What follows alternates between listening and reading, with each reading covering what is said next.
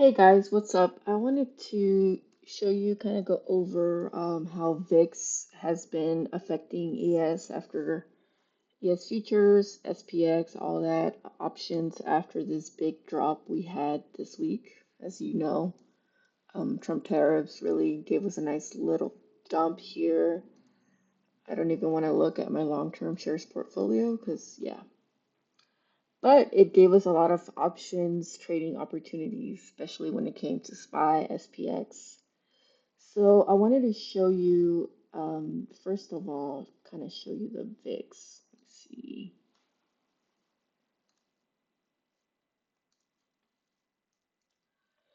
So as you can see here, VIX, which is the volatility index for SPX, or I mean for the market, for S&P 500, it really surged, after the Trump tariffs announcement, and it closed at around 45.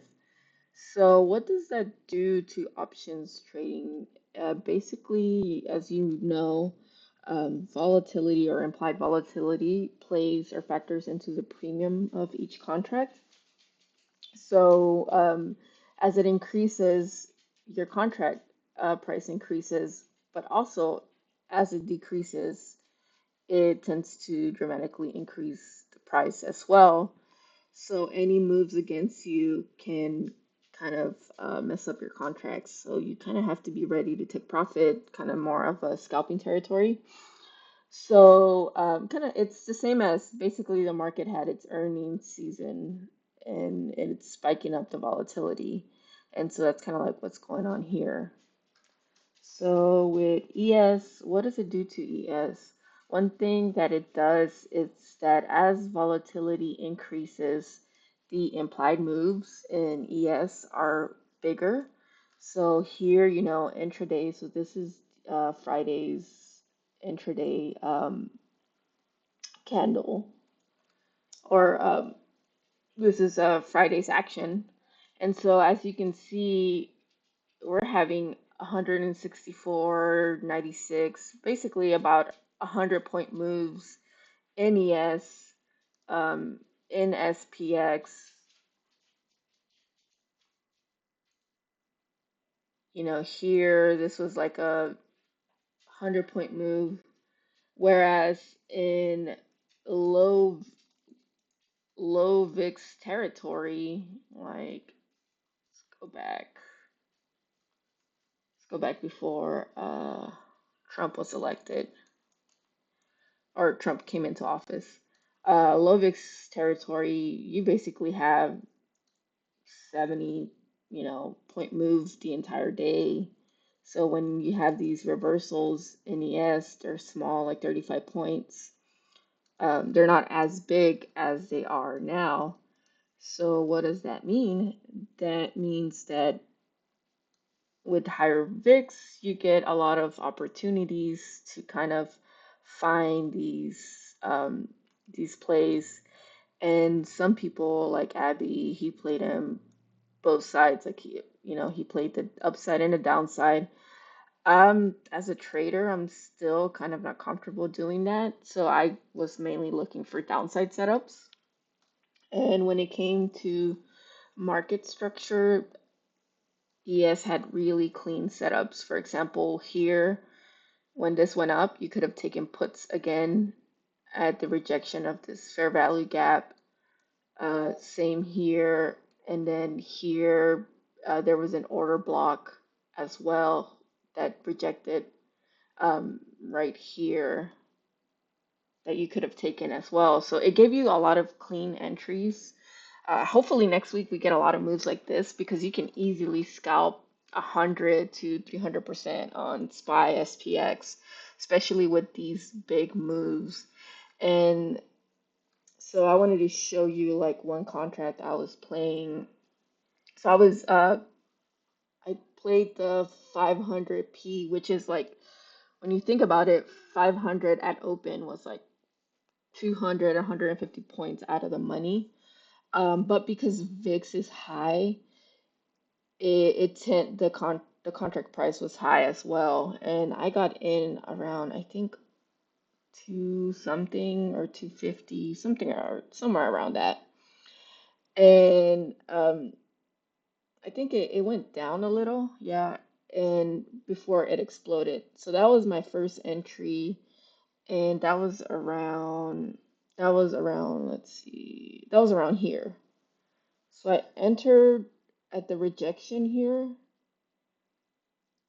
and somewhere around here. I entered somewhere around this rejection, and then I exited somewhere around here because it entered.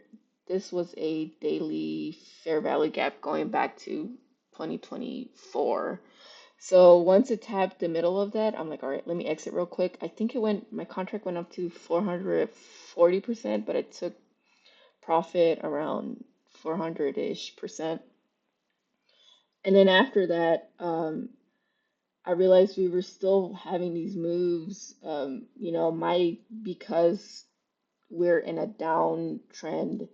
I didn't want to play calls, especially if we get choppy or if VIX starts to kind of, you know, rise and the market starts to drop, then the calls kind of get decimated a little quicker. So I said I'll wait for the next put entry. And once this fair value gap was formed, and here was another play you could have found. Actually, this is the other one I got in. It was around here when this rejected. I got back in, and what time was that? That was 11:50, 11:50. Yeah, it was around here. It started coming down a little, but then I just quickly scalped it right here. And I think I ended up getting like 100% or something smaller, but it was like a quick scalp. And as the day progressed, I realized Theta was going to start burning the contract. Oh, and by the way, this is a chart of the option, that option. So I was like, let me not trade this one contract anymore because it's really far out of the money at this point, and the day is, about to end. So let me not trade that and let me look for something closer. So then towards later in the day, I found this juicy, nice setup. So I realized, all right, VIX is high. We're making these big moves. Let's see what else I can find. So I got into sorry, 5100 again. This time 5100 instead of the 5000 put. And I did the same setup. I think a lot of people, some people might have gotten trapped here when they saw the aggressive move up. But I said, hey, let me remove this. We're forming a shooter. We are not closing above this fair value gap.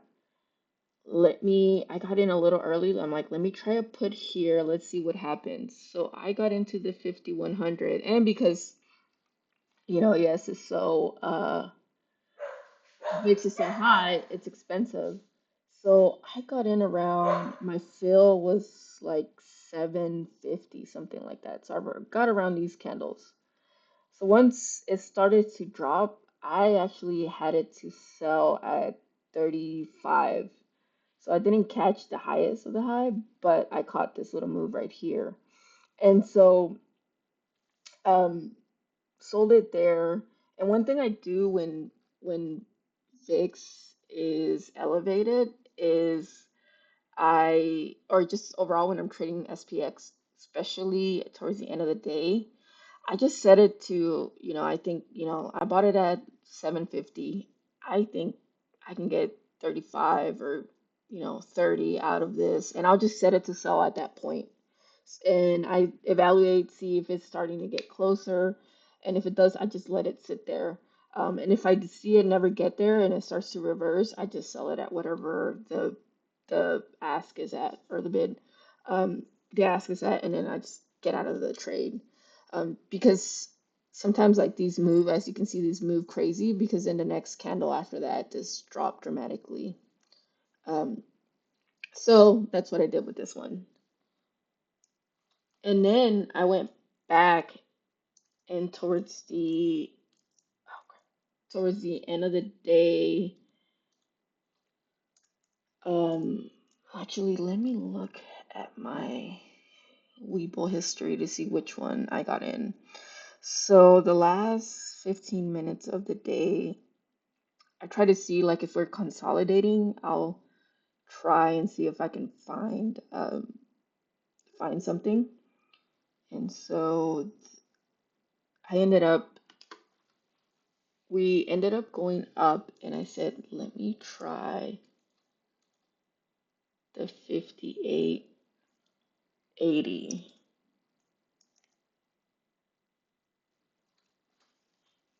Is it? No, come on. Okay, the 58.80. This was a cool one too. So towards the end of the day,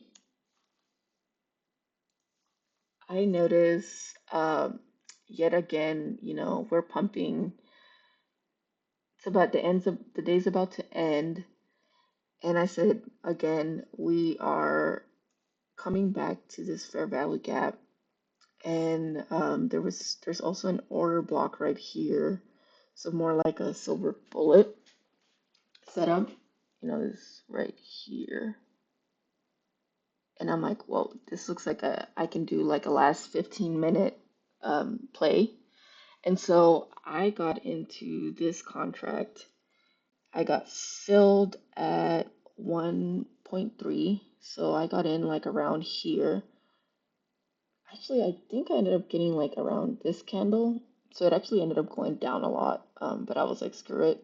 It's a last end of day lotto. I'm playing with profits. Let's see where this goes.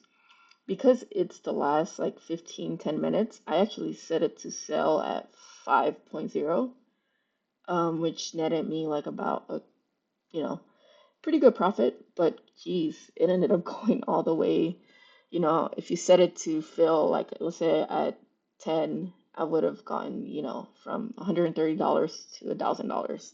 But either way, it was fun. I set it to sell at 5 and it sold. So that was really cool. And so that's how I kind of saw that play, and it was an end of day play. Um, and towards the end of the day, I like to even go down to the 1 minute, and just seeing all this action here just kind of made me get in. And once I see these big candles, I just like I said, I set it to sell at five, uh, so $500, so around like almost $400 profit. So that was pretty cool. But overall, like what I'm trying to emphasize is you really have to be patient with when the VIX is high like it is now, with it kind of going up and down like this. And as you can see, you have to look at how the contracts move, and they can move crazy. So you have, you know, this move here lasted, about 30 minutes or so. So you don't want to say, like, I'm going to hold this for the rest of the day. You kind of want to get in, have a plan, get out. Um, don't get greedy, because that's the thing um, about SPX, is that it brings out the crazy emotions like the greed, the fear, and so you can start and make mistakes when you know, when you should be more thinking about the chart, the setup, your plan. So that's kind of like how I traded. And as you know, I use ES for trading SPX for the most part. And so that's kind of like the setup I saw in the setups. And I'm hoping that next week gives us these clean setups, because if you look at it from a um, market structure perspective, these gave us nice OTE entries here, and you could have just played, you know, sorry, you could have just like kind of traded these all along the way, instead of trying to enter and exit just cause. You kind of just go in and look for your OTE entries, look to see what the market is doing. Um, don't try to fight the trend. Like I said, some people are really good at scalping the upside too, but I was just more waiting for the downside confirmation. And like I said earlier, you can see how crazy the contracts move. So you could have played calls here, puts here, and just be aware of all those opportunities that may come next week. Still don't know over the weekend how the market will react Monday and the rest of the week, but just be ready for, as VIX is high, those big moves. So you just have to be patient, wait for a nice move, get in, get out. I don't know if we'll get a trend day, we might, but if you leave a runner for a trend day, that would be nice instead of just full porting or using your full position and then having the risk of losing a lot of money. So anyways, hope this helps. Thanks, guys.